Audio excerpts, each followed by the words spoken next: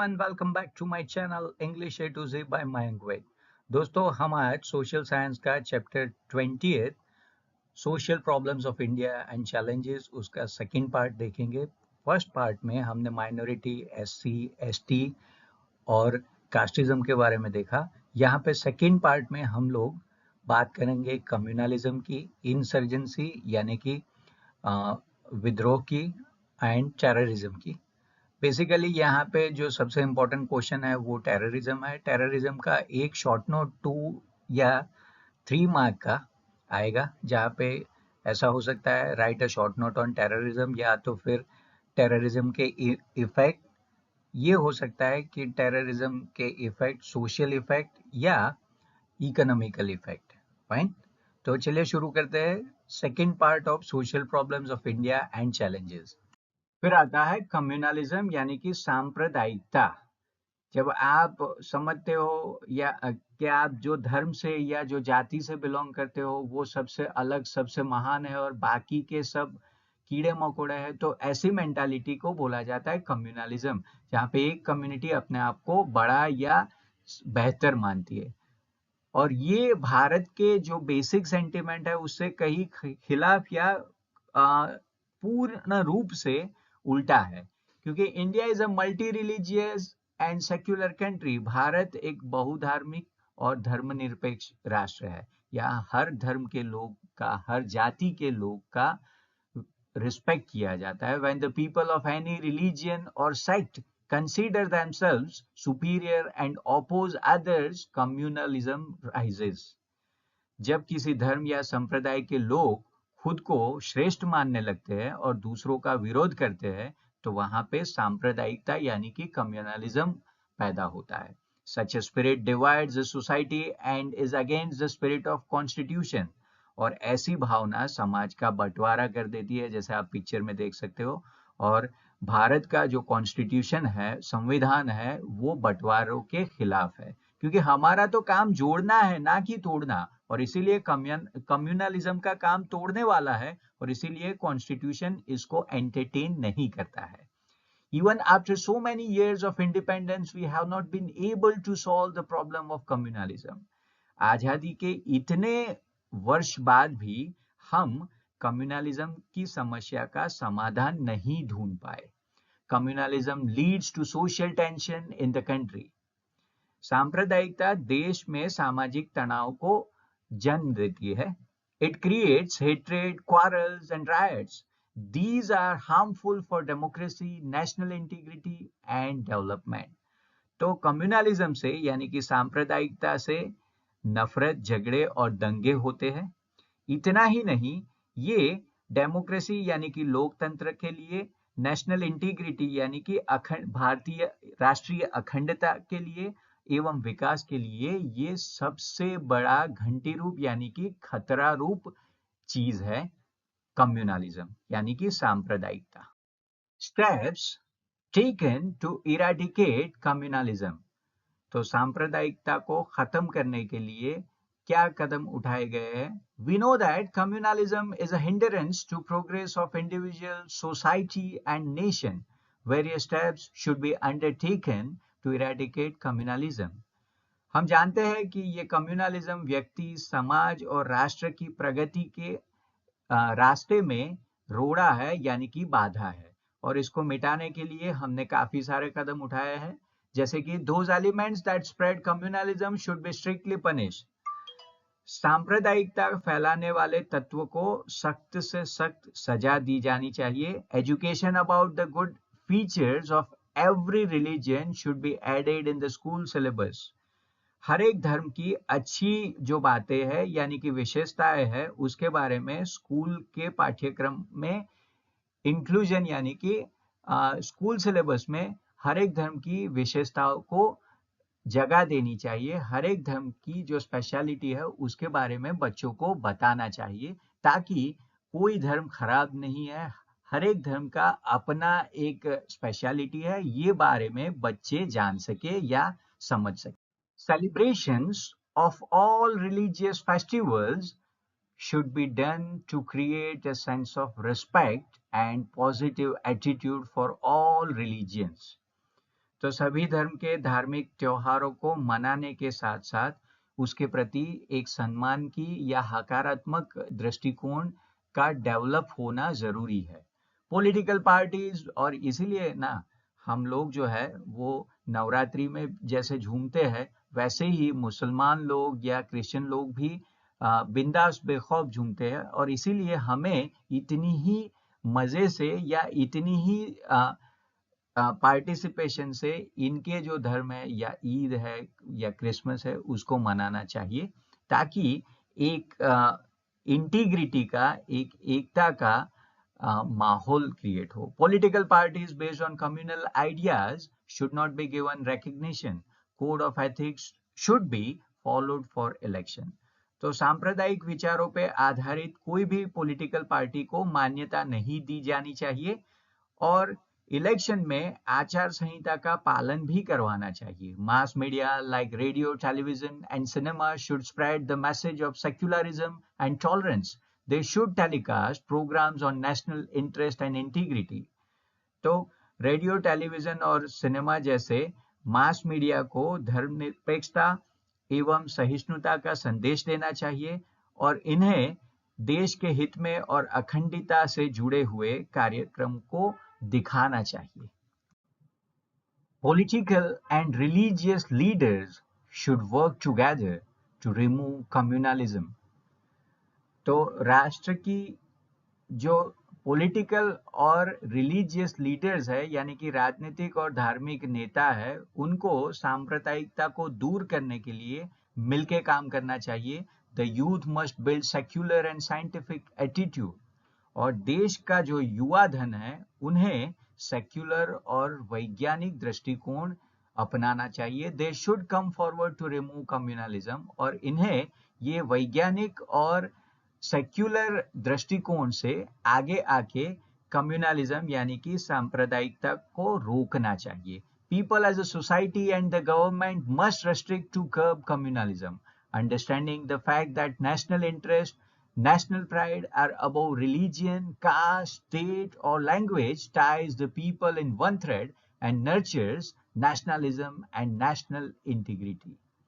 समाज और सरकार को साथ में आगे आके काम करना चाहिए यानी इनको संयुक्त रूप से काम करना चाहिए। ऐसा नहीं कि ये सरकार का काम है मेरा नहीं, ये समाज का काम है सरकार का नहीं, ऐसे एस्केपिज्म बढ़ता है। पर उसके ये करने के बजाय ये दोनों को, समाज को और सरकार को साथ काम करना चाहिए सांप्रदायिकता को रोकने के लिए। और हमें ये समझना सबसे आवश्यक है कि राष्ट्रीय हित, राष्ट्रीय गौरव धर्म, जाति, राज्य या भाषा से ऊपर है और लोगों को ये राष्ट्रीय हित, राष्ट्रीय धर्म, ये सारी बात एक सूत्र में एक डोर से बांधता है और इसीलिए हमें राष्ट्रवाद या राष्ट्र अखंडता को प्रमोट करना चाहिए, ना कि कम्युनलिज्म से। क्योंकि कम्युनलिज्म यानी कि सांप्रदायिक से बंटवारा होता है और उसके सामने राष्ट्रीय अखंडता यानी कि नेशनल इंटीग्रिटी और नेशनलिज्म से देश एकजुट होता है यानी कि एक होता है। तो हमें ये कम्युनलिज्म को रिप्लेस करना होगा नेशनलिज्म और नेशनल इंटीग्रिटी से। इंसर्जेंसी इन नॉर्थ ईस्ट, पूर्वोत्तर राज्यों में उग्रवाद।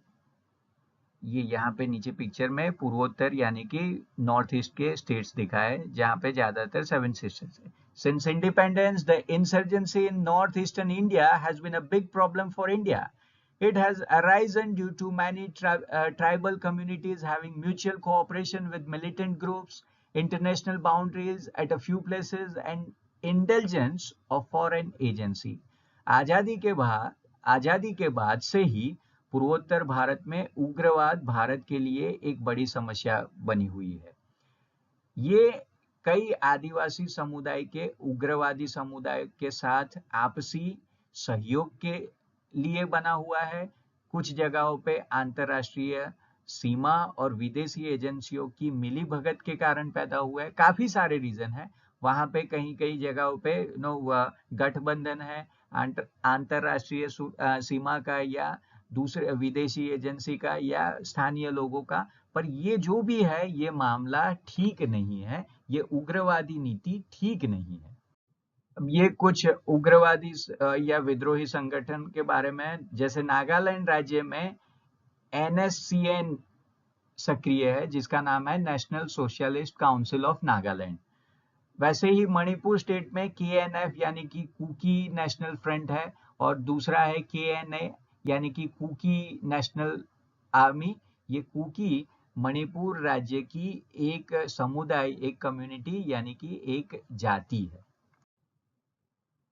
तो ऐसे ही दूसरे स्टेट में, जैसे कि त्रिपुरा में है NLFT, जिसका नाम है national liberation front of Tripura, और दूसरा है ATTF यानी कि ऑल त्रिपुरा टाइगर्स फोर्सेस, और तीसरा भी एक है TUJS, त्रिपुरा उपजाति जूपा समिति। तो ये सारे विद्रोही संगठन है। असम में उल्फा यानी कि United liberation front of Assam है, फिर UMF है, यूनाइटेड माइनॉरिटी फ्रंट, फिर NDF भी है, national democratic front of Bodoland, जो बोडो उग्रवादी के नाम से जाने जाते हैं। फिर दूसरा एक है BLTF यानी कि बोडोलैंड लिबरेशन टाइगर फोर्सेस, ये ज्यादातर टाइगर्स के नाम से भी जाने जाते हैं, या बोडो उग्रवादी भी आप बोल सकते हो। These rebellion organizations have been struggling for the demand of separate states for political or economical interest on for illegal immigration। तो ये सारे जो विद्रोही संगठन हमने आगे नाम देखे, वो सारे विद्रोही संगठन या तो पॉलिटिकल या आर्थिक हितों के लिए इनको इलीगल इमिग्रेशन चाहिए, और ये इलीगल इमिग्रेशन के लिए इनको अलग राज्य की डिमांड है, और इसीलिए ये लोग लड़ते रहते हैं। अब जैसे नागालैंड में जो नागा लोग हैं, ये समझते हैं कि नागालैंड सिर्फ ये नागा कम्युनिटी का धरोहर है, दूसरे कम्युनिटी के लोग यहाँ नहीं रह सकते। तो ये गलत चीज है। मतलब भारत का जो बेस है वही सर्वसमावेशक है, यानी हमारा आइडेंटिटी ही हमारा कलरफुल नेचर है। अगर आप जब एक ही समुदाय के लोगों के बारे में सोचते हो, उसका मतलब ये हुआ कि आपका जो व्यू है वो पोलराइज हो गया, और इसीलिए ये सारे संगठन का जो डिमांड है वो गलत है। This has scattered the economical, social, administrative and political system of the area. और ऐसे संगठन के चलते ऐसे सारी जगहों पे आर्थिक, सामाजिक या प्रशासनिक या राजनीतिक व्यवस्था टूट गई है, क्योंकि एक कियोस, एक डर सा समाज में बना रहता है, उससे कोई भी काम ठीक या जल्दी से नहीं हो पाता। फिर आता है नक्सलिज्म यानी कि नक्सलवाद, a movement inspired by the Chinese revolution under the leadership of Mao Tse-tung was started in India in 1967।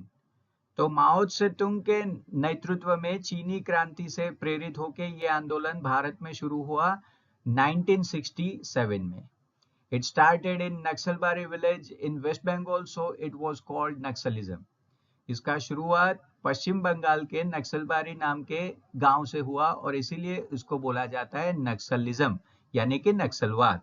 This ideology of movement spread to जोटबाम यानी कि Jharkhand, Orissa, Tripura, Bihar, Andhra Pradesh and Madhya Pradesh, and specially in the forest and hilly region, जहाँ दूर दराज के जो गांव या पहाड़ी प्रदेश है, यहाँ पे आपको नक्सलिज्म यानी कि नक्सलवाद का सबसे ज्यादा प्रभाव देखने को मिलेगा, जैसे कि झारखंड ले लो, Orissa, Tripura, Bihar, Andhra Pradesh and Madhya Pradesh. There are two major groups, peoples war group and Maoist communist centre. और नक्सलवाद में दो मुख्य ग्रुप यानी कि गुट है, एक का नाम है पीपल्स वॉर ग्रुप और दूसरा का नाम है माओइस्ट कम्युनिस्ट सेंटर। फिर आता है टेररिज्म यानी कि आतंकवाद। Terrorism is an organised plan and deliberate violent act. आतंकवाद एक संगठित, योजनाबद्ध और जानबूझ के किया जाने वाला हिंसक काम है। The terrorists are engaged in violent activities like suicide attacks, throwing bombs, hiding weapons and using them, kidnapping, hijacking of plane, suicide attacks or smuggling of narcotic drugs। तो आतंकवाद में कौन कौन से काम आते हैं, तो आत्मघाती हमले या बम फेंकना या हथियार छिपाना या उनका इस्तेमाल करना, अपहरण करना, विमान का अपहरण करना, आत्मघाती हमले करना या मादक द्रव्यों की तस्करी करना, ये सारी हिंसक गतिविधियां आती है आतंकवाद में। In the 21st century terrorism has become a global problem. और 21वीं सदी में आतंकवाद एक वैश्विक समस्या यानी कि ग्लोबल प्रॉब्लम बन गया है। It destroys human rights, creates fear, chaos, unrest and bloodshed. ये मानव अधिकारों को नष्ट करता है और लोगों में भय, अराजकता, अशांति और रक्तपात पैदा करता है।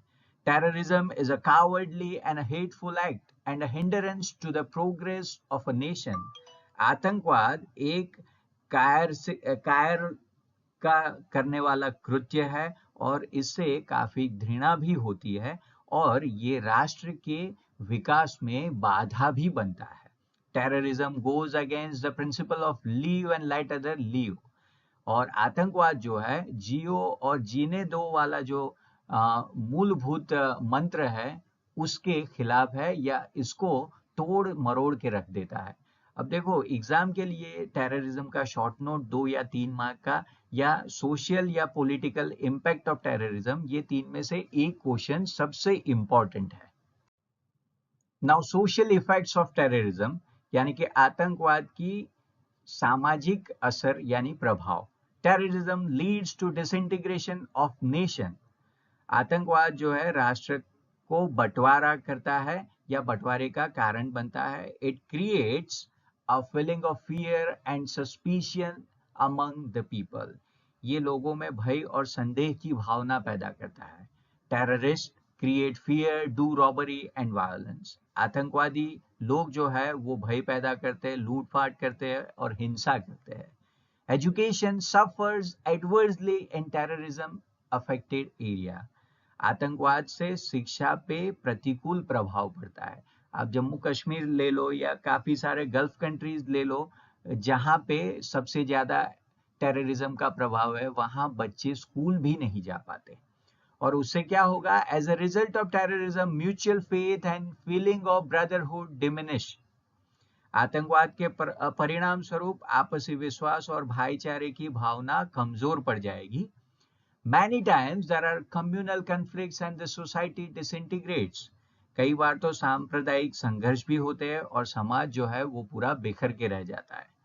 There is chaos and unrest and people cannot celebrate social functions with enthusiasm. और इससे अराजकता और अशांति का माहौल होता है और लोग सामाजिक कार्यक्रम या समारोह में उत्साह के साथ भाग नहीं ले सकते या सामाजिक फंक्शन को, सोशल फंक्शन को उत्साह से मना नहीं सकते क्योंकि कहीं ना कहीं इनके जहन में डर रहता है। Economic effects of terrorism. आतंकवाद का आर्थिक प्रभाव क्या होता है?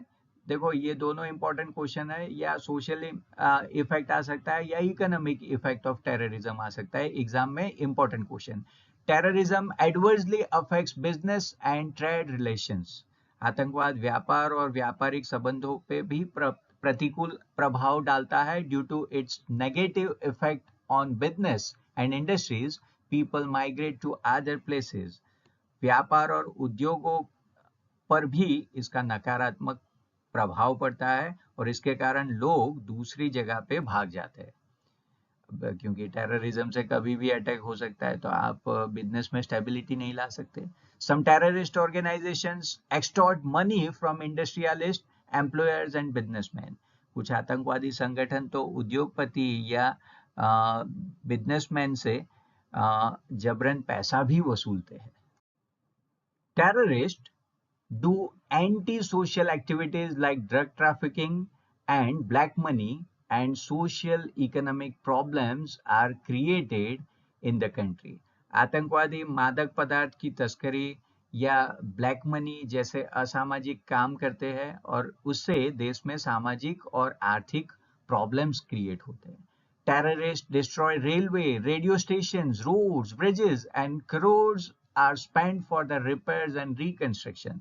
आतंकवादी जो होते हैं वो रेलवे, रेडियो स्टेशन, सड़कें, पुल, ये सारी चीजों को नष्ट कर देते हैं और उनकी मरम्मत के लिए या पुनः निर्माण के लिए करोड़ों रुपए खर्च करने पड़ेंगे। Government has to spend huge amounts for safety and security. इतना ही नहीं, सरकार को सुरक्षा के हेतु भारी मात्रा में दूसरा खर्च भी करना पड़ेगा।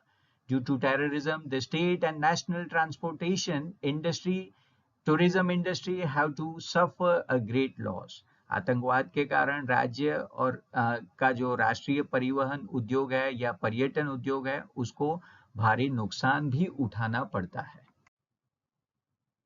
And the last most important question, difference between rebellion and terrorism, यानी कि विद्रोह और आतंकवाद के बीच का डिफरेंस। तो रिबेलियन जो होता है वो नेशनल प्रॉब्लम है, वो एक राष्ट्र में ही होता है और इसीलिए वो नेशनल प्रॉब्लम है। वेयर टेररिज्म, आतंकवाद, ग्लोबल प्रॉब्लम है और ये नेशनल प्रॉब्लम होने के चलते ये सिर्फ एक जगह पे, एक क्षेत्र में ही और गवर्नमेंट के सामने होता है। वेयर टेररिज्म वो एक कंट्री या एक से ज्यादा कंट्री में होता है और ये इंटरनेशनल लेवल पे होता है। रिबेलियन यानी कि विद्रोह जो होता है वो स्थानीय लोगों की मदद से होता है और आतंकवाद में स्थानीय लोग हो भी सकते हैं या नहीं भी हो सकते। और विद्रोह से स्टेट डेवलपमेंट सफर होता है, यानी कि राज्य का जो विकास है वो कहीं ना कहीं गड़बड़ा जाता है और आतंकवाद से राष्ट्र का जो डेवलपमेंट यानी कि विकास है वो कहीं पे खराब हो जाता है या कम हो जाता है।